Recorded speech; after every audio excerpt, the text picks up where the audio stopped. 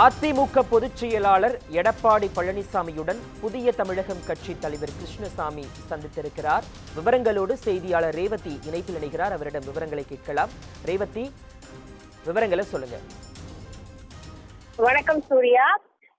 இன்றைய தினம் அதிமுக பொதுச் செயலாளர் எடப்பாடி பழனிசாமியை புரட்சி தமிழகம் கட்சி தலைவர் கிருஷ்ணசாமி நேரில் சந்தித்திருக்கிறார். குறிப்பாக நாடாளுமன்ற மக்களவை தேர்தல் நெருங்கி வரக்கூடிய நிலையில் பல்வேறு கட்சிகளுமே பலதரப்பட்ட தேர்தல் வியூகங்களை நடத்தி வருகின்றன.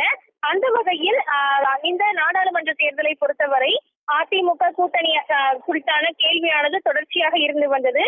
பல கட்சிகள் தொடர்ச்சியாக அவர்களது கூட்டணியை முடிவு செய்து வந்த நிலையிலும் கூட அதிமுக தற்போது வரையிலும் கூட எந்தெந்த கட்சிகளுடன் கூட்டணியில் இருக்கிறது என்பதை முழுவதுமாக அறிவிக்காதவனமும் எந்தவித முயற்சியும் எடுக்காத சூழல் இருந்தது போன்றவே தோற்றம் இருந்து வந்தது. தொடர்ச்சியாக நேற்றைய தினம் இதன் முதல் படியாக தேமுதிக கட்சியுடன் முதற்கட்டமாக தேர்தல் குறித்து பேசியதாகவும் கூட்டணி உறுதியாகியதாகவும் அதிமுக முன்னாள் அமைச்சர்கள் SP வேலுமணி உள்ளிட்டோர் நேரில் தேமுதிக பொதுச் செயலாளர் பிரேமலதா விஜயகாந்தை சந்தித்து பேசிட்டு செய்தியாளர்களையும் சந்தித்து தெரிவித்திருந்தனர். தொடர்ச்சியாக இப்பொழுது கிருஷ்ணசாமியும் நேரடியாக இந்த சந்திப்பானது ஏற்பட்டிருக்கிறது. குறிப்பாக புதிய தமிழகம் கட்சி தலைவராக இருக்கக்கூடிய கிருஷ்ணசாமி இன்றைய தினம் சென்னை பசுமை வழிச்சாலையில் இருக்கக்கூடிய அதிமுக பொதுச் செயலாளர் எடப்பாடி பழனிசாமியின் வீட்டிற்கு நேரில் சென்று அவரை சந்தித்திருக்கிறார். இந்த சந்திப்பானது இரவு 8:30 மணிக்கு அவரை சந்திக்க சென்றிருப்பதாக தெரிவிக்கப்பட்டிருக்கிறது. நாடாளுமன்ற மக்களவை தேர்தல் நெருங்கி இருக்கக்கூடிய நிலையில் இந்த சந்திப்பானது மிகவும் முக்கியத்துவம் வாய்ந்ததாக பார்க்கப்படுகிறது. இந்த சந்திப்பை பொறுத்தவரை இந்த நாடாளுமன்ற மக்களவை தேர்தலில் அதிமுக கூட்டணியில் புரட்சி தமிழகம் இடம்பெறுவதற்கான முதற்கட்டமாகவே இதை பார்க்கப்படுகிறது. இன்னும் அதிகாரப்பூர்வமாக எந்தவித அறிவிப்புமே இரு கட்சிகளிடையிலிருந்து வெளிவராத நிலையில் இந்த பேச்சுவார்த்தை மிகவும் முக்கியத்துவம் வாய்ந்ததாக பார்க்கப்படுகிறது. வரக்கூடிய இந்த தேர்தலில் புரட்சி தமிழகம் கட்சி அதிமுக கூட்டணியில் இடம்பெற அதிகப்படியான வாய்ப்பு இருப்பதாகவும் தெரிகிறது.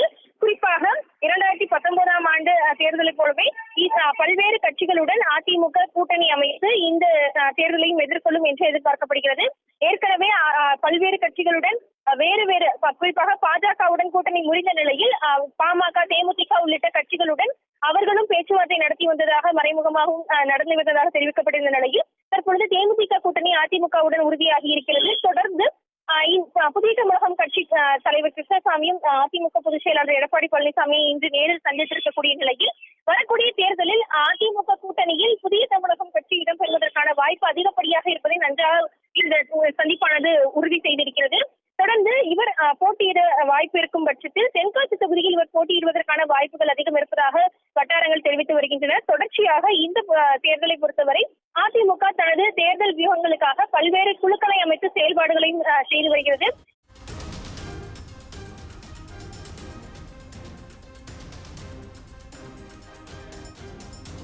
விவரங்களை வழங்கியதற்காக நன்றி ரேவதி.